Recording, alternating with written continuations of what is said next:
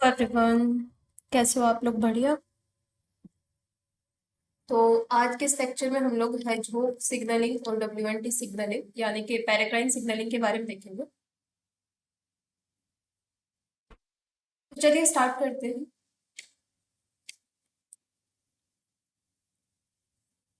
क्या पढ़ेंगे आज हम लोग? Paracrine factors. So always do your best. What you plant now you will harvest it. आज जो बीज तुम डालोगे उसको कल तुम लोग हार्वेस्ट कर लोगे। इसका कहने का मतलब है कि अपना बेस्ट दो। जैसा तुम आज परफॉर्मेंस करोगे उसका रिजल्ट आपको आने वाले टाइम में मिलेगा। ठीक है। तो आज अगर आप लोग हार्ड वर्क कर रहे हो तो definitely hard work will pay of. वो किस तरीके से आपको रिजल्ट मिलेगा, उसका किस तरीके से भगवान उसका आपको फल देगा, वो टाइम पे आने पे आपको पता चल जाएगा। लेकिन आज के टाइम पर प्रेजेंट में आपको अपने गोल के लिए मेहनत करनी है। ठीक है। पैराक्राइन फैक्टर्स क्या होते हैं? पैराक्राइन फैक्टर्स डिफ्यूजिबल मॉलिक्यूल्स होते हैं। अब ये डिफ्यूजिबल प्रोटीन, ये शब्द आपने कहीं सुना है? क्योंकि मैंने तो सुना है। ये कहाँ सुना है? मॉर्फोजन में। कहाँ सुना है? मॉर्फोजन में। और मॉर्फोजन में मैंने क्या बताया था? Morphogen can be transcription factor, can be paracrine factor. तो पैराक्राइन फैक्टर क्या होते हैं? हमारे डिफ्यूजिबल प्रोटीन होते हैं। क्योंकि मोर्फोजन पैराक्राइन फैक्टर हो सकता है, तो मोर्फोजन भी डिफ्यूजिबल प्रोटीन और ये भी डिफ्यूजिबल प्रोटीन। ठीक है। Responsible for paracrine signalling. Paracrine का मतलब क्या होता है ना? पैराक्राइन का मतलब होता है पड़ोसी, यानी आसपास में। ये सेल है तो ये इसको सिग्नल देगा। लेकिन अगर एक सेल यहाँ है और एक सेल यहाँ पर है तो ये इसको सिग्नल नहीं देगा। समझ रहे हो? तो ये जो सिग्नलिंग है आसपास के सेल को सिग्नलिंग देना, यही कहलाता है हमारा पैराक्राइन सिग्नलिंग। और यहाँ पर जो इंड्यूसर होता है, यहाँ पर देखो, ये जो पैराक्राइन सिग्नलिंग है यहाँ पर, ये जो इंडक्टिव सिग्नल है ये पैराक्राइन फैक्टर्स होते हैं। ठीक है। और यहाँ पर ये जो लाइगेंड लिखा हुआ है, सिग्नल को ही लाइगेंड कहा जाता है। ठीक है। सिग्नल को ही, जो इंडक्टिव सिग्नल होता है उसी को लाइगेंड भी कहा जाता है। Paraffin factor are secreted into the immediate space around the cell. Paraffin factor function by binding to receptor that initiate a series of enzymatic reaction within the cell. Paraffin factor act by signal transduction pathway, either by activating a pathway directly or by blocking the activity of inhibitor of a pathway, inhibiting an inhibitor, as in the case with Hedgehog signal. क्या कह रही है lines? बोला गया है, ये देखो, ये एक सेल है, ये स्माइली सेल बना लेते हैं, बहुत खुश है। इसके कान भी बना लेते, चलो अच्छा सा बनाने की कोशिश करते हैं। ठीक है। ये हमारा सेल 1 है। इसके अलावा एक सेल यहाँ बैठा हुआ है, एक सेल ये बना लेते हैं। ठीक है। ये हो गया हमारा सेल नंबर, ये हो गया हमारा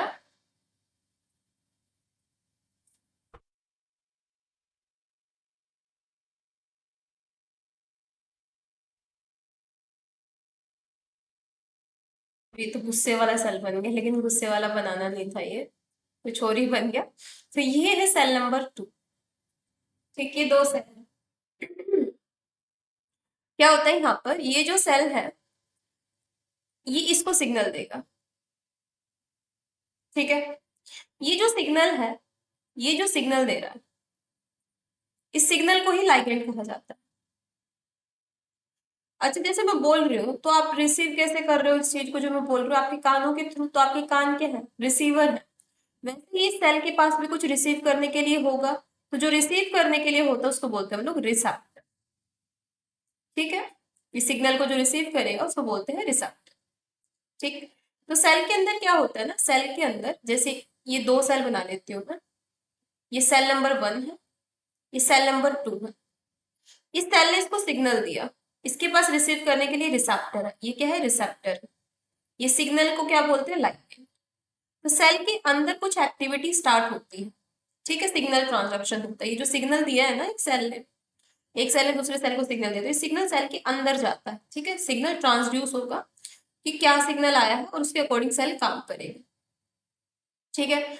अब आगे बोला गया paracrine factor act buy signal transduction pathway either by activating a pathway और डायरेक्टली और by blocking the activity of inhibitor. जैसे कि हेजोग सिग्नलिंग के बारे में बात करते हैं हम लोग, तो हेजोग सिग्नलिंग में क्या होता है कि मैं आगे आपको बताऊंगी, ये लाइन आप बाद में समझ जाओ। पैराक्राइन फैक्टर की 4 फैमिलीज होते हैं। कौन कौन से? फाइब्रोब्लास्ट ग्रोथ फैक्टर, ये मैं अभी आप लोग को नहीं करवाने वाली फाइब्रोब्लास्ट ग्रोथ फैक्टर की, क्योंकि जब हम लोग सेल सिग्नलिंग करेंगे ना, तो सेल सिग्नलिंग में वहां पर मैं आपको ये डिटेल में करवाऊंगी। इसके अलावा टीजे बीटा, ये भी हम लोग बाद में देखेंगे, क्योंकि टीजे बीटा इम्यूनोलॉजी में भी आ जाती है ये, और सेल सिग्नलिंग में भी आ जाती है, तो ये मैं उस टाइम पर आपको करवाऊंगी। सेल सिग्नलिंग में भी आती है ये, ठीक है। हेजहॉग और ये डब्ल्यूएंट, ये दो करवा देती हूँ, क्योंकि इनका जो यूज है वो मल्टीपल टाइम आपको ये नाम सुनने को मिलेंगे ड्रोसोफिला वगैरह में भी। तो ये दो जो है ये हमारा आज का पोर्शन है जिसको हम लोग देखेंगे, ठीक है। वैसे पैराग्राइन फैक्टर की 4 फैमिलीज होते हैं, जिसमें से सेकंड और थर्ड जो है हेजहॉग डब्ल्यूएंटी, इसको हम लोग आज देखेंगे। हेजहॉग फैमिली, हेजहॉग फैमिली में क्या चीजें देखने को मिलती है, ये देखो यहाँ पर receptor for hedgehog family is. पहला पॉइंट आपने क्या ध्यान रखना है, अब ये सारी चीजें आई एम एक्सपेक्टिंग आप जो थ्योरी है वो करोगे, लेकिन उससे पहले मैं खुद आपको ये चीजें समझाती हूँ, कुछ बेसिक सी चीजें जो आपको ध्यान रखनी है।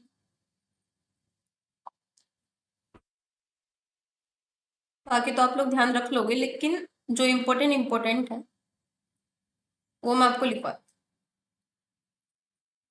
हेजोग एक्ट एज मोर्फोजन, क्योंकि ये क्या है, पैराक्राइन फैक्टर है और paracrine factor can act as morphogen. या फिर रिसेप्टर, इसका क्या होगा दूसरा पॉइंट जो आपको ध्यान रखना है, इसका रिसेप्टर क्या होता है? रिसेप्टर होता है पेस्ट, क्योंकि सिग्नलिंग के लिए रिसेप्टर भी चाहिए, हमें लाइगेंड भी चाहिए। और लाइगेंड क्या होता है? लाइगेंड तो ऑब्वियस सी बात है हेजोग ही होगा, हेजोग। अभी हेजोग भी एक तरीके का नहीं होता, हेजोग भी 3 तरीके के होते हैं। कौन कौन सा? IHH Indian hedgehog, SHH sonic hedgehog, DHH desertic hedgehog. Indian hedgehog क्या काम करता है? जैसे मैं तो ऐसे ध्यान रखती थी कि जो भारतीय लोग होते हैं ना उनकी हड्डियां बहुत मजबूत होती है, इंडियन हेजोग यानी बोन ग्रोथ में हेल्प करता है। मैं तो इस तरीके से ध्यान रखती थी इसको, ठीक है। फिर आता है desert hedgehog. Desert hedgehog, desert, यहाँ पर क्या आएगा, यहाँ पर आएगा डेजर्टिक हेजोग में, कहाँ हेल्प करेगा ये? स्पर्मेटोजेनेसिस में, स्पर्मेटोजेनेसिस में। और सोनिक हेजोग कहाँ काम करता है? सोनिक हेजोग जो है, क्योंकि आई लेंस में तो हम लोग ने देख लिया ना कि अगर इसमें म्यूटेशन हो गया तो साइक्लोपिया कंडीशन हो जाएगी, तो आई लेंस की स्पेसिफिकेशन में हेल्प करेगा, आई लेंस स्पेसिफिकेशन में। इसके अलावा जब मैं आप लोगों को लिम्ब डेवलपमेंट करवाऊंगी ना, तब आपको समझ में आएगा कि ये पोलैरिटी को भी डिटरमाइन करता है, एंटीरियर पोस्टीरियर, तो पोलैरिटी को भी डिटरमाइन करता है, ठीक है। पोलैरिटी को डिटरमाइन करने का मतलब, जैसे अपना जो हाथ है ना, इस तरीके से जो अपना ये इस तरीके से हाथ होता है ना, तो ये कहाँ पर ये थंब बनना है और कहाँ पर ये लिटिल फिंगर बननी है, तो ये जो है ये डिसाइड करता है सोनिक हेजोग, ठीक है। तो ये पोलैरिटी डिटरमाइन करता है, ठीक है। इसके अलावा आपको क्या चीज ध्यान रखनी है? इसके अलावा जो चीज आपको ध्यान रखनी है वो है, इसके अलावा यहाँ पर स्मूदन होता है। स्मूदन, ये क्या होता है स्मूदन? ये कोरिसेप्टर होता है। क्या होता है ये? कोरिसेप्टर। 7 ट्रांसमेम्ब्रेन का होता है, 7 TM यानी ट्रांसमेम्ब्रेन, TM ध्यान रख लेना, ट्रांसमेम्ब्रेन 7। अब ये ट्रांसमेम्ब्रेन क्या होते हैं ना, जैसे ये अपना सेल है, ठीक है, मैं बोल रही हूँ ना ये रिसेप्टर, तो ये बोला जाता है ट्रांसमेम्ब्रेन का मतलब कि इसने इस मेम्ब्रेन को 7 बार क्रॉस कर रखा है, 1 2 3 4 5 6 7, इस तरीके से। तो सेल के अंदर साइटोसोल होता है ना, तो इसको सी टर्मिनल ऐसे ध्यान रख लेना, और बाहर होता है एन टर्मिनल, ठीक है। और इसके अलावा कई बार जैसे 12 ट्रांसमेम्ब्रेन है तो इस तरीके से बना लेना है, ठीक है। तो ट्रांसमेम्ब्रेन का मतलब ये होता है कि कितनी बार इसने क्रॉस किया है मेम्ब्रेन को, ठीक है। स्मूदन होता है कोरिसेप्टर यहाँ पर। और डिस्कवरी हुई थी है जो कि ड्रोसोफिला में ना म्यूटेशन हो गया था। ड्रोसोफिला में म्यूटेशन होने की वजह से ना उसके कांटे कांटे आ गए थे बॉडी के ऊपर, तब पता चला था साइंटिस्ट को कि अच्छा हैजो पे म्यूटेशन हो गया है, ठीक है। तो ये वाली चीज है, बट आपको इतना ध्यान रखने की नीड नहीं है। आपको बस ये इतनी चीज आपको ध्यान रखनी है, जो बेसिक आपका होना चाहिए, हैजो का नाम आते ही ये चीज आपके माइंड में आनी चाहिए, क्योंकि ये चीजें पता नहीं होगी तो सिग्नलिंग कैसे करेंगे हम, ठीक है।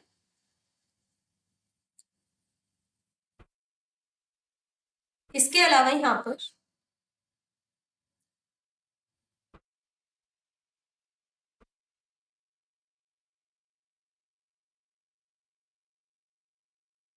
ये देखो यहाँ, the receptor for the hedgehog family is patched, which bind to the protein called smoothen, work by inhibiting an inhibitor. तो ये वाली चीजें मैं आपको बताऊंगी, लाइंस क्या कहना चाह रहे हैं, ये जो पाथवे ये मैं आपको बताऊंगी, जैसे मैं आपको समझाऊंगी ना उसके बाद ये सारी चीजें आपको क्लियर हो जाएंगी। पाथवे बाद में देखेंगे, पहले हैजोग का प्रोसेसिंग और सिक्रेशन देख लेते हैं। Transcription of Hedgehog gene in the endoplasmic reticulum produce a Hedgehog protein with autoproteolytic activity that cleaves off the carboxyl terminal. क्या होता है? अच्छा, अगर आपको थोड़ा सा भी मोल बायो का पता होगा तो आपको इतना पता होगा कि ये हमारा न्यूक्लियस है।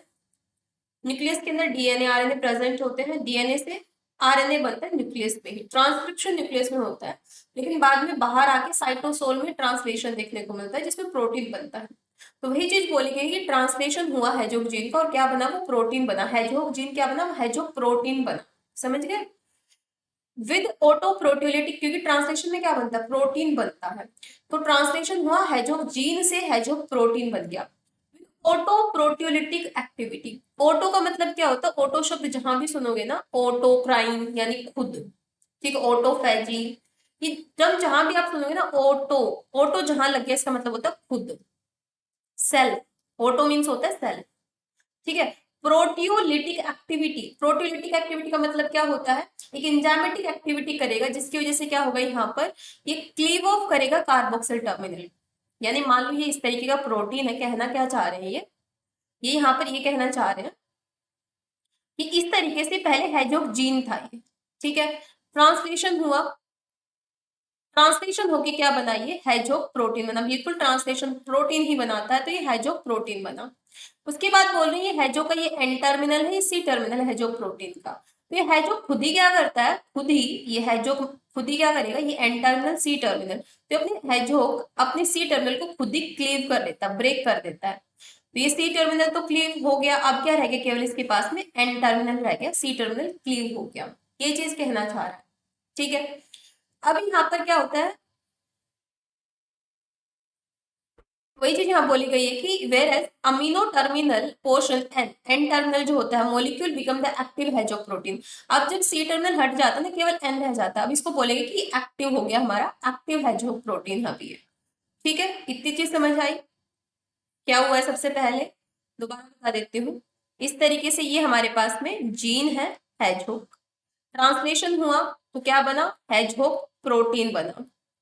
हैजोग प्रोटीन जो है ये इस तरीके से है, यहाँ पर इसका एन टर्मिनल है, सी टर्मिनल है, ये खुद से सी टर्मिनल क्लीव करता है और एज ए रिजल्ट ये कुछ इस तरीके का दिखता है, यहाँ पर एन टर्मिनल होता है। अब ये एक्टिव हैजोग प्रोटीन है, एक्टिव हैजोग प्रोटीन, ठीक है। आगे क्या बोला गया है, secretion require the addition of cholesterol and palmitic acid to the hedgehog protein. Cell से बाहर निकलने से पहले, ये जो अभी सेल के अंदर चल रहा है पूरा प्रोसेस, ठीक है, तो यहाँ पर क्या होता है, सिक्रेशन से पहले क्या होता है, यहाँ पर कोलेस्ट्रॉल और पाल्मिटिक एसिड को ऐड किया जाता है। क्या करता है ये, अपने ऊपर कोलेस्ट्रॉल को भी ऐड करेगा और पाल्मिटिक एसिड को भी, कोलेस्ट्रॉल प्लस पाल्मिटिक एसिड, इनका एडिशन रिक्वायर्ड है। Interaction between the cholesterol moiety and a transmembrane protein called dispatched enable hedgehog to secrete and diffuse as monomer. अब क्या हो जाता है, जैसे ही कोलेस्ट्रॉल ऐड होता है तो कोलेस्ट्रॉल एक प्रोटीन के साथ इंटरेक्ट करेगा डिस्पैच के साथ में, और ये कोलेस्ट्रॉल और पाल्मिटिक एसिड के ऐड होने के बाद अब ये सेल के बाहर जा सकता है। सेल के बाहर ये मोनोमर फॉर्म में जा सकता है, ठीक है, या फिर मल्टीमर असेंबली के फॉर्म में जा सकता है। अकेला भी जा सकता है इस तरीके से हैजोग, या बहुत सारे हैजोग के साथ मिलके भी जा सकता है मल्टीमेरिक फॉर्म में। In addition, hedgehog interaction with a class of membrane-associated heparin sulfate proteoglycan। तो यहाँ पर hedgehog जो है, ये जो बना है हमारा N-टर्मिनल वाला hedgehog जिसपे कोलेस्ट्रॉल और पाल्मिटिक एसिड अटैच्ड है, हाल फिलहाल ये ऐसा दिख रहा है। तो ये किसके साथ इंटरेक्ट कर सकता है? HSPG हिपैरिन सल्फेट प्रोटियोग्लाइकेन के साथ में, ठीक है। अभी क्या बन गया? हिपैरिन सल्फेट प्रोटियोग्लाइकेन, और लिपिड मोइटी लगे हुए हैं, तो ये लिपो, ठीक है, क्योंकि लिपिड ऑलरेडी था, कोलेस्ट्रॉल और पाल्मिटिक एसिड, और ये हिपैरिन सल्फेट प्रोटियोग्लाइकेन है, तो लिपोप्रोटीन जो है ये हमारा असेंबली के फॉर्म में भी सीक्रेट हो सकता है। तो ये चीजें बोली गई है, ठीक है। आई होप ये चीज समझ में आ गई होगी, कोई हार्ड एंड फास्ट रूल नहीं बताया यहाँ पर, यही बोला है यहाँ पर सबसे पहले जीन था, ट्रांसलेशन हुआ तो ये एन टर्मिनल सी टर्मिनल हमारा है जो प्रोटीन बना, हैजोग ने खुद की सी टर्मिनल को क्लीव किया, अब ये कुछ इस तरीके से दिखता है एन टर्मिनल, इसने अपने ऊपर कोलेस्ट्रॉल पाल्मिटिक एसिड को लगाया, अभी सेल से बाहर मोनोमर फॉर्म में जा सकता है, मल्टीपल फॉर्म में जा सकता है, या फिर ये एचएसपीजी के साथ रिएक्ट करके लिपोप्रोटीन के फॉर्म में, वेसिकल के फॉर्म में बाहर निकल सकता है। बस इस तरीके से हैजोग बाहर आता है और अपना सिग्नलिंग करेगा। ये देखिए अभी आपको समझ में आ जाए। ये क्या है हमारा? ये न्यूक्लियस है। ये क्या है? न्यूक्लियस। मोलिकुलर बायोलॉजी थोड़ा सा पढ़ा होगा ना आप लोगों ने एप्लीकेशन वगैरह के बारे में। ये न्यूक्लियस है। न्यूक्लियस के अंदर क्या होता है? न्यूक्लियस के अंदर हमारा रेप्लिकेशन होता है, ट्रांसक्रिप्शन होता है, और डीएनए से आरएनए बनता है। अब ये आरएनए देखो बाहर की तरफ आया, ये आरएनए आ गया बाहर की तरफ। अब आपको पता है कि राइबोसोम का स्मॉल सब यूनिट है, लार्ज सब यूनिट है, ठीक है। ये क्या किया इन्होंने? इन्होंने इस आरएनए को किस में कन्वर्ट किया? प्रोटीन में कन्वर्ट किया। अब ये है जो प्रोटीन है, अब ये है जो प्रोटीन कहाँ है? एंडोप्लाज्मिक रेटिकुलम में, क्योंकि आप लोग को अगर पता होगा सेल बायोलॉजी थोड़ा मोड़ा पढ़ा होगा आपने, ऐसे होता है कुछ कुछ स्ट्रक्चर, ये न्यूक्लियस होता है, न्यूक्लियस के साथ में एंडोप्लाज्मिक रेटिकुलम जो है ये अटैच्ड होता है इस तरीके से। इसके बाद में फिर यहाँ पर हमारे पास में गोल्जी बॉडी होती है, ठीक है, फिर हमारे पास में यहाँ पर लाइपोसोम वगैरह होता है, तो इस तरीके से होता है। पहले तो न्यूक्लियस होता है, न्यूक्लियस के बाद में फिर एंडोप्लाज्मिक रेटिकुलम होगा, फिर गोल्जी होगा, फिर लाइसोसोम होगा, तो ये सीक्वेंस रहता है, फिर लाइसोसोम होता है, फिर उसके बाद में फिर प्लाज्मा मेम्ब्रेन, ठीक है। तो ये सीक्वेंस फॉलो होता है न्यूक्लियस और एंडोप्लाज्मिक रेटिकुलम। तो न्यूक्लियस से कोई भी चीज जब प्रोटीन बन के कहाँ आती है? एंडोप्लाज्मिक रेटिकुलम में। एंडोप्लाज्मिक रेटिकुलम में है जो प्रोटीन के पास एनओसी टर्मिनल है, तो अपने सी टर्मिनल को खुद ही क्लीव कर लेता है, अब केवल एन टर्मिनल रह गया। एन टर्मिनल के ऊपर ये कोलेस्ट्रॉल और पाल्मिटिक एसिड को ये ऐड कर लेता है। जैसे ही कोलेस्ट्रॉल और पाल्मिटिक एसिड को ऐड करता है, फिर ये एंडोप्लाज्मिक रेटिकुलम से निकल के बाहर जाता है साइटोप्लाज्म में, सेल के साइटोप्लाज्म में, क्योंकि सेल के अंदर चल रही है सारी चीज।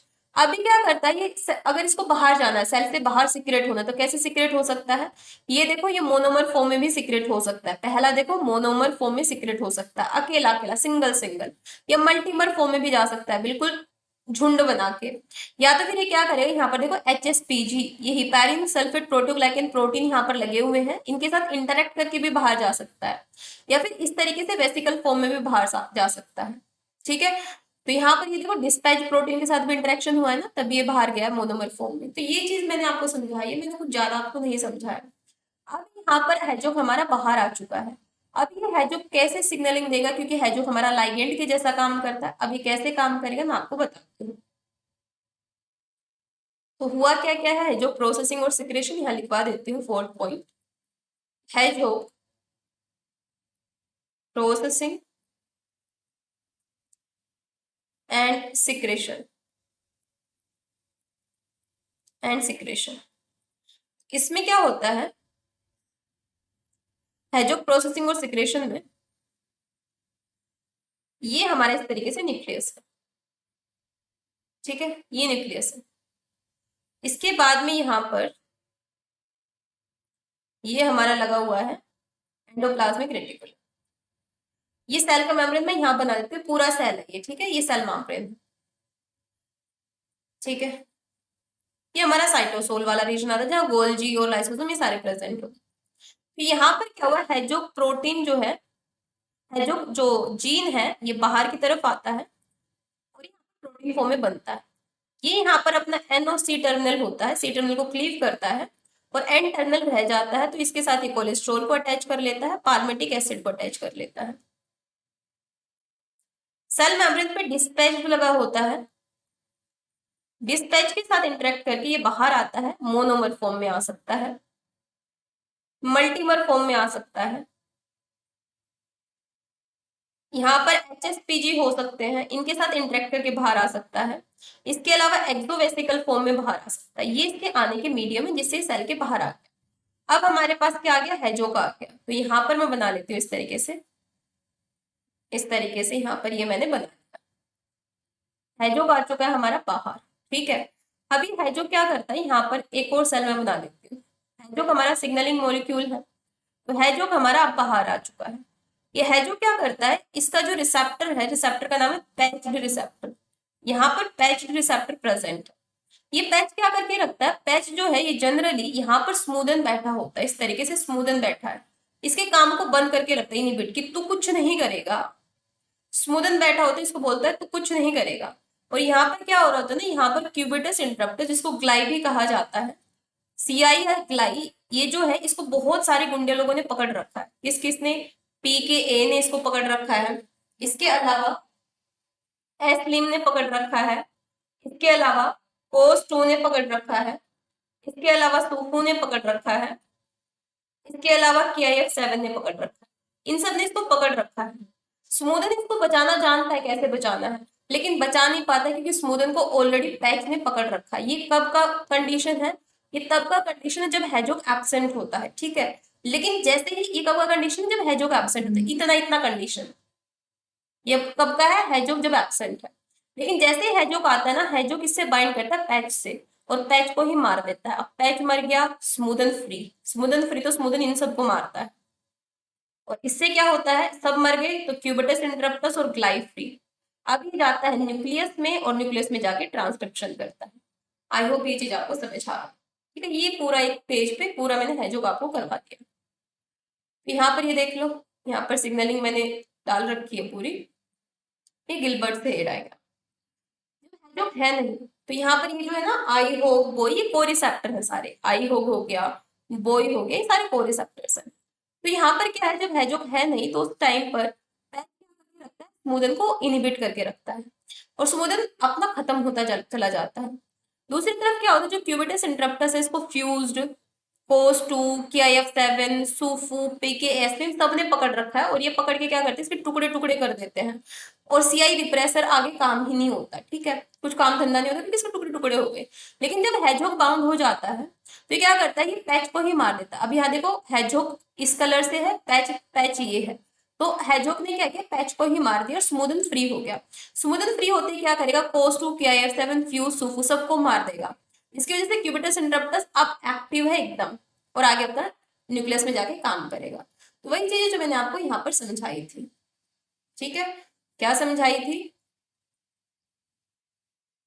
अच्छा दो कंडीशंस लेते हैं। ये खींच लेते हैं यहाँ पर एक लाइन, एक तरफ लिख देती हूँ मैं हैजोक एब्सेंट, एक तरफ लिख देती हूँ मैं हैजोक प्रेजेंट, हैजोक प्रेजेंट, ठीक है। तो यहाँ पर पहले क्या होता है, यहाँ पर ये मैं बना लेती हूँ सेल, ये बना लेते हैं सेल, और ये सेल का बना लेती हूँ मैं न्यूक्लियस, ठीक है। सिमिलरली ये सेल यहाँ पर भी ले जाते हैं, और ये सेल का बना लेते हैं यहाँ पर न्यूक्लियस, ये न्यूक्लियस, ठीक है। होता क्या है, जब हैजोक एब्सेंट है ना, तो यहाँ पर ये पैच रिसेप्टर क्या करके रखता है, इनिबिट करके रखता है स्मूदन को, और मार देता है इसको स्मूदन को, ठीक है। अब बेचारा स्मूदन तो मरा पड़ा है। यहाँ पर दूसरी तरफ क्या चल रहा होता है, दूसरी तरफ ये चल रहा होता है क्यूबिटस इंटरप्टस, जिसको ग्लाई भी कहा जाता है, इसको PKA, एस्लिम, ये सारे गुंडे लोगों ने इस बच्चे को पकड़ रखा है। फ्यूज, सूफू, KIF7, सो सारे गुंडे लोगों ने इस छोटे से बच्चे को पकड़ रखा है, CI और ग्लाई को। अब क्या होता है ना, सबने इसको पकड़ रखा है। सुबोधन जानता है कि वो इसको बचा सकता है, लेकिन सुबोधन खुद मर गया तो अब कौन बचाएगा अब इसको। तो बेचारा ऐसे ही इसके टुकड़े टुकड़े कर देते हैं ये, ठीक है, ये सीआई के टुकड़े टुकड़े करती है, डिग्रेड कर दिया, तो ये टुकड़े टुकड़े ही जाएंगे न्यूक्लियस में, सारा फंक्शन बंद, काम बंद। अब दूसरी तरफ क्या होता है, दूसरी तरफ यहाँ पर पैच जो है ये स्मूदन है, तो यहाँ पर हैजोग आ जाता है, हैजोग आ जाता है। हैजोग क्या करता है ना, हैजोग बोलता है पैच तेरे को तो मैं बताता हूँ, तू स्मूदन को मार रहा है, मैं तुझे ही मार देता हूँ। पैच्ड, यहाँ पर क्या होता है, हैजोग जो है ये पैच को उठाता है, साथ ले जाता है और इसको मार देता है, डिग्रेड कर देता है। अब स्मूदन अपना फ्री एक्टिव बोलता है मुझे कोई मारने वाला है नहीं, अब मैं उस बच्चे को बचाऊंगा।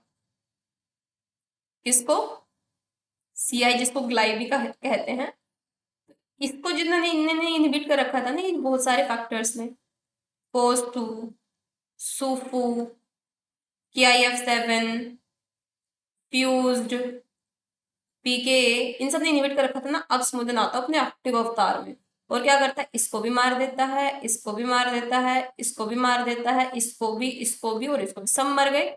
तो यहाँ पर ये अब जो क्यूबिटस इंटरप्टस और ग्लाई है ये फ्री, सीआई ग्लाई फ्री। अब ये फ्री है या फिर एक्टिव है, एक्टिव फॉर्म में न्यूक्लियस में जाएगा और अपना जो काम है, जो फंक्शन है डीएनए के ऊपर बाइंड करेगा और फंक्शन परफॉर्म करेगा। आई होप ये चीज आपको क्लियर है। तो यहाँ पर लाइगेंड कौन है, लाइगेंड यहाँ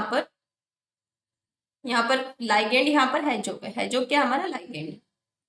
रिसेप्टर कौन है, रिसेप्टर यहाँ पर पैच्ड है और स्मूदन क्या है, 7 ट्रांस मेम्ब्रेन है। और इसके अलावा को रिसेप्टर अगर मैं आपको लिखवाऊं ना, को रिसेप्टर हमारा आईहोग और बोई है, को रिसेप्टर क्या है, आईहोग और बोई। तो ये जो स्मूथ है इसको इनहिबिट पैच करता है और ये इनहिबिट करना चाहता है पीके और रेस्लिन, है ना, ये चीज यहाँ बोली गई। नेक्स्ट बात करते हैं WNT के बारे में, 2 मिनट आप रेस्ट ले लो तब तक।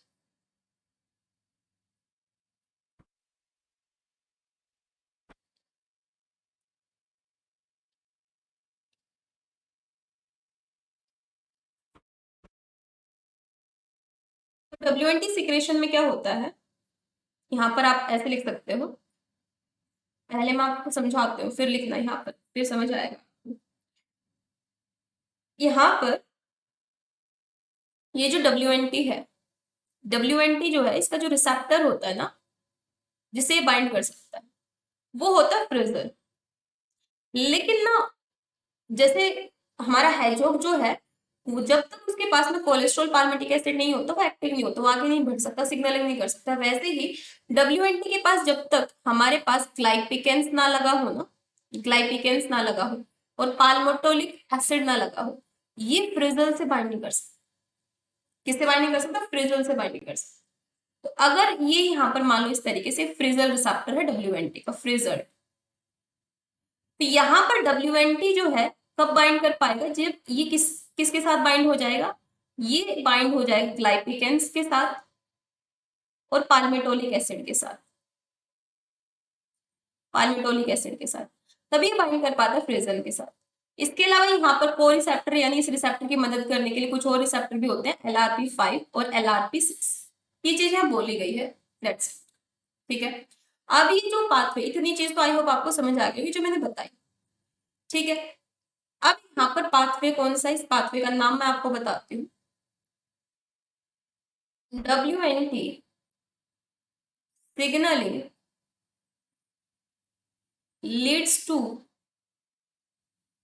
leads to NOTAM mediated negative feedback. Negative feedback क्यों, ये होता है कि ये जो यहाँ पर क्या देखने को मिलता है, ये नोटम यहाँ पर प्रेजेंट है, ये नोटम यहाँ पर प्रेजेंट है, देखो न्यूक्लियस के अंदर नोटम प्रेजेंट, क्या हुआ, वो हुआ ये देखो, यहाँ बताती हूँ आप, ये जो नोटम मीडिएटेड नेगेटिव फीडबैक है यहाँ पर क्या होता है इस तरीके से, ये न्यूक्लियस है, ठीक है, इस तरीके से ये वाला मैं बना लेती हूँ न्यूक्लियस। यहाँ पर ये होता है डबल, ये फ्रिजल रिसेप्टर है, फ्रिजल रिसेप्टर है, ये LRP5 LRP6 को रिसेप्टर जो इसकी मदद करते हैं। तो यहाँ पर क्या होता है ना, यहाँ पर WNT ऐसे बैठा हुआ बेचारा, बोलते मेरे को फ्रिजल से बाइंड करना है, मैं लाइगेंड हूँ, सिग्नलिंग मॉलिक्यूल, मेरे को अपने रिसेप्टर से बाइंड करना है। इसको कोई समझदार इंसान बोलता है बाइंड तो करना चाह रहा है, लेकिन तू बाइंड कब कर पाएगा, जब तू अपने ऊपर पाल्मिटिलिक एसिड डाल लेगा, पाल्मिटोलिक एसिड लेगा और ग्लाइपिकेंस लेगा। जब तक ये दोनों चीजें तेरे पास नहीं होंगी ना, तब तक तो तेरा कुछ नहीं होगा, तो फ्रिजल से बाइंड नहीं कर सकता। जैसे होता है ना जनरली कि जैसे आप कॉलेज में जाते हो, तो जब तक आपके पास में फीस नहीं होगी, ठीक है, और अगर 55% आपके ग्रेजुएशन में मार्क्स नहीं होंगे, तो आप पोस्ट ग्रेजुएशन में मार्क्स थोड़ी ना ले सकते हो। आपका मन है लेने का, लेकिन ले थोड़ी ना पाओगे। वैसे WNT फ्रेजल से बाइंड कर सकता है, लेकिन कब, जब पाल्मिटोलिक एसिड और ग्लाइपिकेंस होंगे, दोनों आ गए तो अभी इससे बाइंड कर गया। ठीक है, अब यहाँ पर सपोज कर लो यहाँ पे आके बैठ गई पाल्मिटोलिक और ग्लाइपिकेंस के साथ में। अब आगे का पाथवे जो है सिग्नल ट्रांसडक्शन होगा, आगे का पाथवे चलेगा, और न्यूक्लियस के अंदर जो अपना ट्रांसक्रिप्शन है वो चलेगा। लेकिन न्यूक्लियस में किसको एक्टिवेट कर देता है, न्यूक्लियस में ये एक्टिवेट करने आता है नोटम। ठीक है, न्यूक्लियस में एक्टिवेट किसको करने आता है, नोटम। नोटम एक्टिवेट होगा, लेकिन ये नोटम क्या होता है, नोटम जो है ये हाइड्रोलेज एंजाइम होता है, इसके पास एंजाइमेटिक एक्टिविटी है। इसका काम क्या होता है, डीलिपिडेशन का। डीलिपिडेशन का मतलब क्या है, लिपिड को रिमूव करता है, रिमूवल ऑफ लिपिड। लिपिड को रिमूव करना जानता है, ये इसका काम है, जानता है ये लिपिड को कैसे रिमूव करना है। अब इसका फंक्शन है लिपिड को रिमूव करना। और ये देखो WNT ने अपने पैर पे कुल्हाड़ी मार ली, कैसे मार ली कुल्हाड़ी, WNT के पास क्या है, लिपिड मोइटी है, पाल्मिटोलिक और ग्लाइपिकेंस, और फ्रिजल से बाइंड होकर उसने नोटम को एक्टिवेट कर दिया, और नोटम लिपिड को रिमूव करना जानता है। अब नोटम भागा भागा आता है और इसके ग्लाइपिकेंस को भी हटाता है और इसके पाल्मिटोलिक एसिड को भी रिमूव कर देता है। इन दोनों को क्या कर देता है, रिमूव।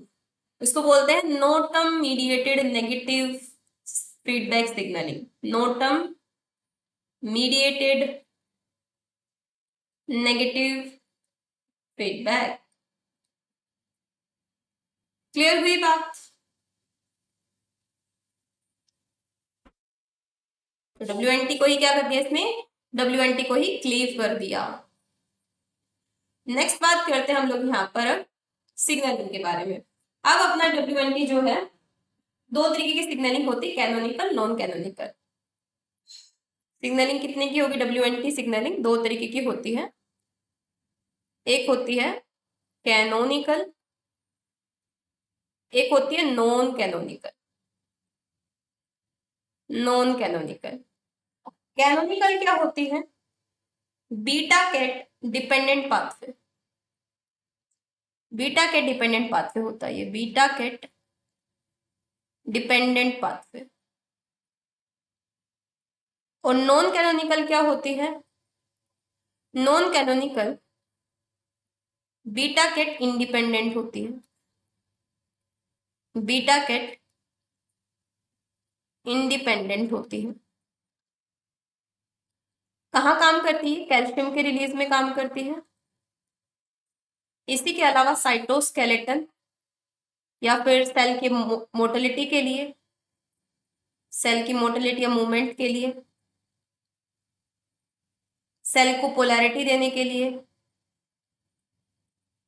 सेल को पोलैरिटी देने के लिए, सेल को शेप देने के लिए यहां पर ही काम करती है। ठीक है, अब यहाँ पर बात करते हैं सबसे पहले कैनोनिकल पाथवे के बारे में, जो कि WNT बीटा के डिपेंडेंट है। WNT canonical pathway. Canonical pathway में क्या होता है, ये पाथवे आपको प्रैक्टिस करने पड़ते हैं। ठीक है, होता क्या है यहाँ पर, सिंपल सा यहाँ पर बना लेते हैं। आपको पता ही है ना, कोरिसेप्टर तो इसके होंगे यहाँ पर, LRP5, LPR5, 6, LGR, ये इसके कोरिसेप्टर है। और ये हमारा फ्रीजर है, इसका रिसेप्टर, एक्चुअल रिसेप्टर फ्रीजर। होता क्या है ना यहाँ पर, ये देखने को मिलता है कि ये कंडीशन है जब WNT एब्सेंट है। ये कब की कंडीशन है, जब WNT एब्सेंट है। WNT प्रेजेंट की कंडीशन में साइड में बनाऊंगी। तो WNT जो है एब्सेंट है, तो एक यहाँ पर क्या होता है, जो फ्रीजर है ना, फ्रीजर यहाँ पर एक प्रेजेंट होता है डिसेबल। डिसेबल तो फ्रेजल का क्या देखने को मिलता है यहाँ पर, ये डिसेबल्ड को इनएक्टिव करके रखते हैं। डिसेबल्ड इस कंडीशन में इनहिबिट रहता है, कुछ काम नहीं कर पाता, इनएक्टिव है। ठीक है, अब डिसेबल्ड इनएक्टिव है तो यहाँ क्या रहता है, यहाँ पर एक बच्चा है बीटा कैट, बहुत सारे गुंडों ने पकड़ रखा है, बहुत सारे गुंडों ने पकड़ रखा है। किस किसने पकड़ रखा है, एक्जिन ने, सीके ने, एपीसी ने और जीएसके 3 ने। ठीक है, बहुत सारे गुंडों ने पकड़ रखा है। डिसेबल्ड जानता है, डीएसएच यानी डिसेबल्ड, डिसेबल्ड जानता है कि कैसे बचाना है मुझे, लेकिन बचा नहीं पाता इस बीटा कैट को। क्यों? क्योंकि खुद ही इनहिबिटेड है वो, तो खुद ही किसी ने इसको रोक रखा है। लेकिन जब डब्ल्यूएनटी प्रेजेंट है, लेकिन जब डब्ल्यूएनटी प्रेजेंट है तो क्या कंडीशंस होते हैं, तब वो देखो। जब डब्ल्यूएनटी प्रेजेंट है, डब्ल्यूएनटी प्रेजेंट की कंडीशन में यहाँ पर हमारे पास में इस तरीके से ये फ्रेजल है, ठीक है, ये यहाँ डिसेबल्ड बैठा हुआ बेचारा। लेकिन अब आता है डब्ल्यूएनटी, डब्ल्यूएनटी भागा भागा भागा भागा आया, फ्रेजल को एक्टिवेट किया। ठीक है, अब यहाँ पर फ्रेजल फ्रेजल पे फॉस्फोरिलेशन हो जाएगा। क्या होगा, फ्रेजल पे फॉस्फोरिलेशन, फ्रेजल अब काम नहीं कर पाया। ठीक, डब्ल्यूएनटी जैसे ही प्रेजेंट होता है ना, तो फ्रेजल से बाइंड किया, बाइंड करने के बाद क्या होता है, यहाँ पे जो डिसेबल्ड है ना ये एक्टिव हो जाता है, डिसेबल्ड है। वैसे ही हैजोक वाला केस है कि हैजोक जैसे ही आता है पैच को डिग्रेड करता है और अपना स्मूदन एक्टिव हो जाता है। अब डिसेबल्ड एक्टिव है तो क्या करेगा, ये ऑक्सिन को भी मारेगा, ये सीको को भी मारेगा, ये एपीसी को भी मारेगा और ये जीएसके 3 को भी मारेगा। लेकिन मेन जो आपको केस बार बार देखने को मिलेगा ना, वो जीएसके 3 और डिसेबल्ड का बार बार सुनने को मिलेगा।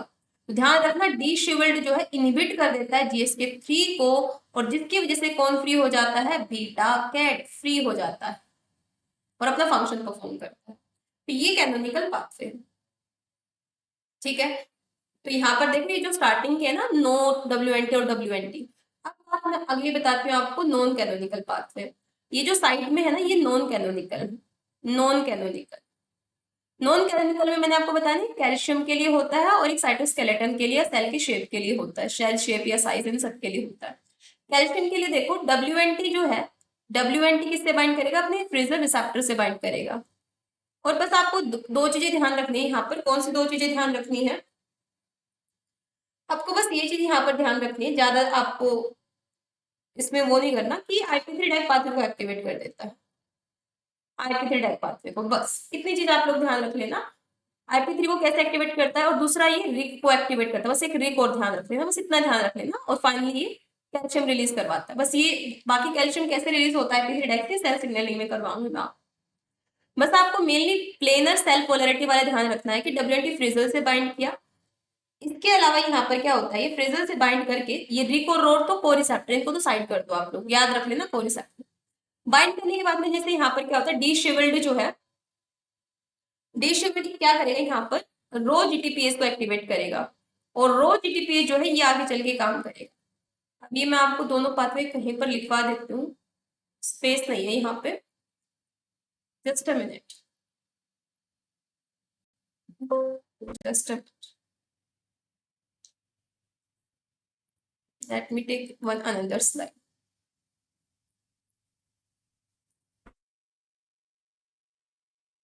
देखो यहाँ पर नॉन कैनोनिकल, नॉन कैनोनिकल में बस आपको इतनी चीज ध्यान रखनी है, एक तरफ मैं कैल्शियम का करवा देती हूँ और एक तरफ मैं सेल का पोलैरिटी का करवा देती हूँ। क्या चीज ध्यान रखोगे, यहाँ पर डब्ल्यूएनटी आता है, फ्रेजल से बाइंड करता है, IP3 डाइक पाथवे को एक्टिवेट करता है, साथ में रिक को एक्टिवेट करता है, और रिक भी IP3 डाइक पाथवे को एक्टिवेट करता है, और कैल्शियम जो है उसका रिलीज करवाया जाता है। बस इतना ध्यान रखना। सेल पोलैरिटी के केस में क्या होता है, सेल पोलैरिटी वाले केस में यहाँ पर डब्ल्यूएनटी आता है, फ्रेजल से बाइंड करता है, बाकी आपको पता तो है ही, रिक, रोर, इसके अलावा LRP5, 6, ये कोरिसेप्टर यहाँ काम करते हैं। ठीक है, ये अलग से आपको ध्यान रख लेना, कोरिसेप्टर है, कोरिसेप्टर। तो जैसे मेन पाथवे तो ये चल रहा हमारा, डब्ल्यूएनटी फ्रेजल से बाइंड किया, बाइंड करने के बाद यहाँ क्या होता है, यहाँ पर डैम 1 को एक्टिवेट किया जाता है, डेमिन 1 एक्टिवेट होने के बाद क्या होगा, साथ में आपको पता है ना डी शिवेल्ड भी एक्टिवेट होता है, डी शिवेल्ड भी इसको एक्टिवेट करता है। डेमिन 1 एक्टिवेट होने के बाद किसको एक्टिवेट करेगा, रो जीटीपीएस को। रो जीटीपीएस किसको करेगा, रोक को। रो क्या करेगा, सेल के मूवमेंट में हेल्प करेगा, मूवमेंट में, पोलैरिटी में, उसको शेप देने के लिए, साइटोस्केलेटन के लिए, ठीक है। तो यहाँ पर ये काम करेगा। आई होप आपको ये चीज समझ आ गई होगी। ये मैंने आपके पास में डायग्राम भी डाल दिए हैं मैंने गिलबर्ट के। So thank you so much everyone, मिलते हैं नेक्स्ट लेक्चर में, तब तक के लिए हैव अ ग्रेट लर्निंग।